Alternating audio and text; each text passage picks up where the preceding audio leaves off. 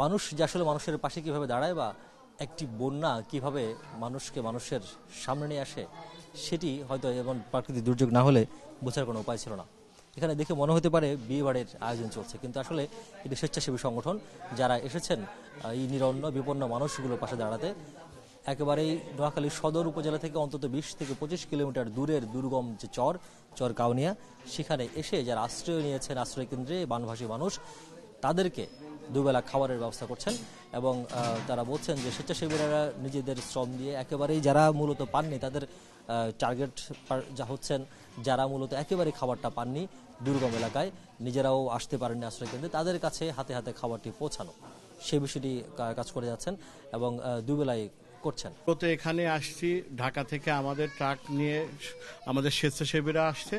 আমরা শুকনো খাবার এখানেও প্যাকেট করছি এবং ঢাকা থেকেও আমরা শুকনো খাবার প্যাকেট করে নিয়ে আসছি। প্রতিটা প্যাকেটে আছে আপনার চিড়া, মুড়ি, আপনার হচ্ছে গুড়, আরও মেয়েদের জন্য আছে স্যানিটারি ন্যাপকিন, সাবান, হেক্সিসল, স্যাভলন, আর শিশু খাবার সহ আর আমরা পাশাপাশি আমরা ঢাকা থেকে আমাদের যে ডেকগুলো রান্না করা, তারপরে চুলা, লাকড়ি, এগুলো নিয়ে আসছি যে আমরা শুকনো খাবারের পাশাপাশি মানুষকে একটু ডাল ভাত বা খিচুড়ি রান্না করে যেন খাওয়াতে পারি। কারণ বিগত 7 দিন মানুষ শুকনো খাবার খেতে খেতে অভ্যস্ত, মানুষের একটু অন্য খাবারের প্রয়োজন আছে।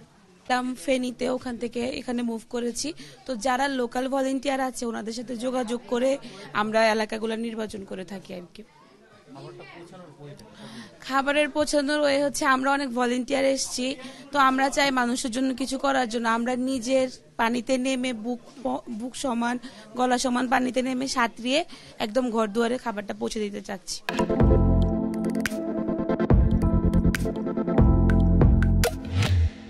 পাশাপাশি এখানকার স্থানীয় যারা রয়েছেন তারাও বেশ কিছু সাপোর্ট দিয়েছেন বা তারাও আসলে সহযোগিতা করছেন। সেই সহযোগিতার ভিত্তিতেই মূলত একটি সংগঠন এই বানভাসী যারা মানুষ রয়েছেন তাদেরকে এই আশ্রয়কেন্দ্রে খাবারের রান্না করে তাদেরকে পৌঁছানোর সম্ভব হচ্ছে। আমি সরকারি হাজিরাট বাজার মসজিদের সভাপতি এবং বাজারের সেক্রেটারি। আমি আমাদের তত্ত্বাবধানে আমরা এই বন্যা দুর্গত এলাকা দীর্ঘদিন আমরা ত্রাণ দিয়ে আসছি বিভিন্ন জায়গায়। আমাদের ফ্যামিলিতেও আমরা 60,000 টাকা মালামাল দিচ্ছি। তারপরে আমাদের দলীয়ভাবেও অনেক মালামাল আসছে। আর এখানে বাংলাদেশ ছায়াতল আমাদের এখানে ওনারা আসছে, ওনাদেরকে গত 2 দিন আমি নিজের সশরীরে বন্যার পানির মধ্যে, এক বুক পানির মধ্যে তাদের সাথে ত্রাণ বিতরণে আমি অংশগ্রহণ করি। আমাদের এলাকা এখনো বন্যা প্লাবিত। আমরা চাই যে আপনাদের যমুনা নিউজকে আমরা খুব ধন্যবাদ জানাই আজকে এই প্রত্যন্ত এলাকা আসার জন্য। আপনারা আপনাদের মাধ্যমে অন্তত গণমাধ্যমকে আর একটু সহায় দেবেন যেন আমাদের এলাকা আর একটু ত্রাণ বিতরণ করে। এই এলাকার মানুষ খুবই কষ্টের মধ্যে আছে এবং খুবই দুর্ভিক্ষের লোক। এবং আমাদের স্কুলে এখানে কিছু লোক 30-40 জন লোক আশ্রয় নিচ্ছে আজকে প্রায় 1 সপ্তাহ মতন, কথা বুঝছেন। আমাদের এলাকাটা খুব গরিব এলাকা। এই হিসাবে আমরা সরকারের কাছে বলবো যে আমাদের এলাকা অন্তত রাস্তাঘাট যেগুলো আছে অন্তত সব তো ধ্বংস হয়ে গেছে, এগুলোর দিকে সরকার যেন একটু মাননীয় প্রধান উপদেষ্টার কাছে বলবো এবং নোয়াখালী ডিসি সাহেবকে বলবো আমাদের এই এলাকায় চরকাউনিয়া 1974 রাস্তাঘাটের দিকে একটু জানতে বন্যা পরবর্তী সময়।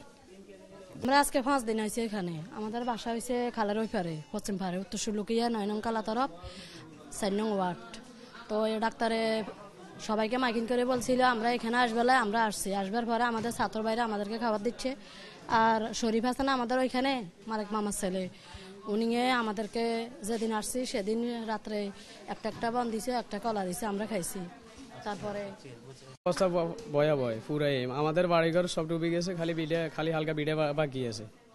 এলোসো পরিস্থিতি অনেক বাড়িঘর ডুবে গেছে, সব আশ্রয়কেন্দ্রের মধ্যে আছে বর্তমানে। এখন আসার কোনো খবর নাই, ছেলেমেয়ে নিয়ে অনেক কষ্ট করতে আছে।